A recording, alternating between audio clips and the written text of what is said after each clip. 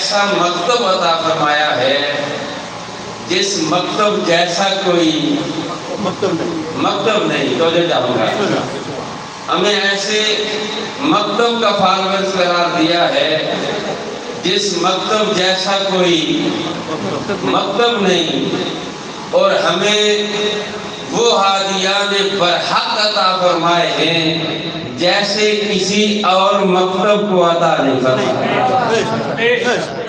یا یوں کیوں نہ کہوں, باقیوں کو وہ ملے جو انہوں نے خود بنائے تھے,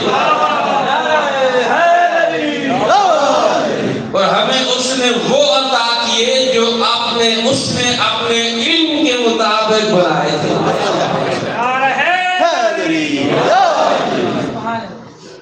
اس عظیم ذات نے اللہ کے اسماء گرامی میں سے ایک اسم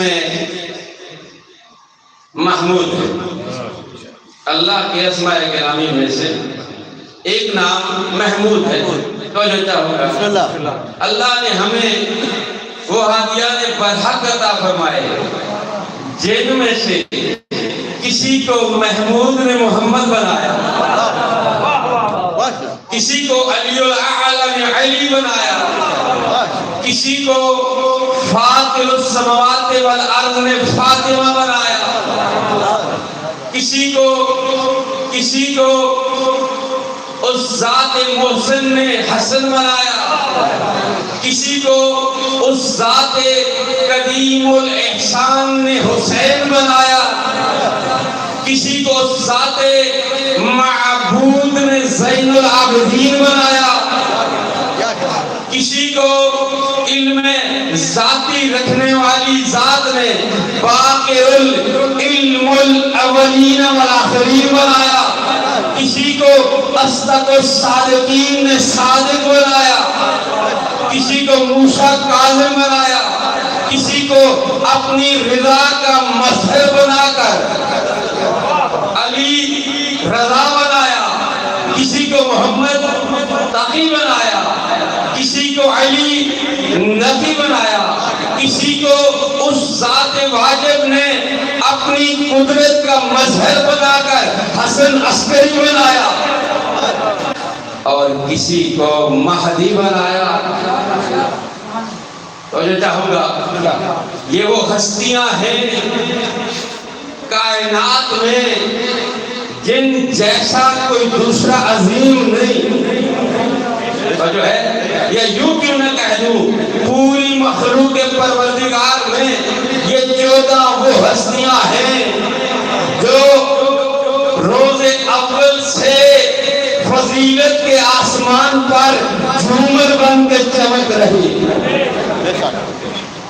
وہ ہستیاں ہیں, یہ 14 وہ ہستیاں ہیں جنہیں اللہ نے اپنی ساری مخلوق میں سب سے عظیم بنایا, سب سے افضل بنایا. اور قابل غور بات یہ ہے ان 14 میں 13 مرد ہیں. وجہ چاہوں گا ان 14 میں 13 مرد ہیں عادیان برحق, اور ایک خاتون جناب سیدہ فاطمہ سلام اللہ علیہا.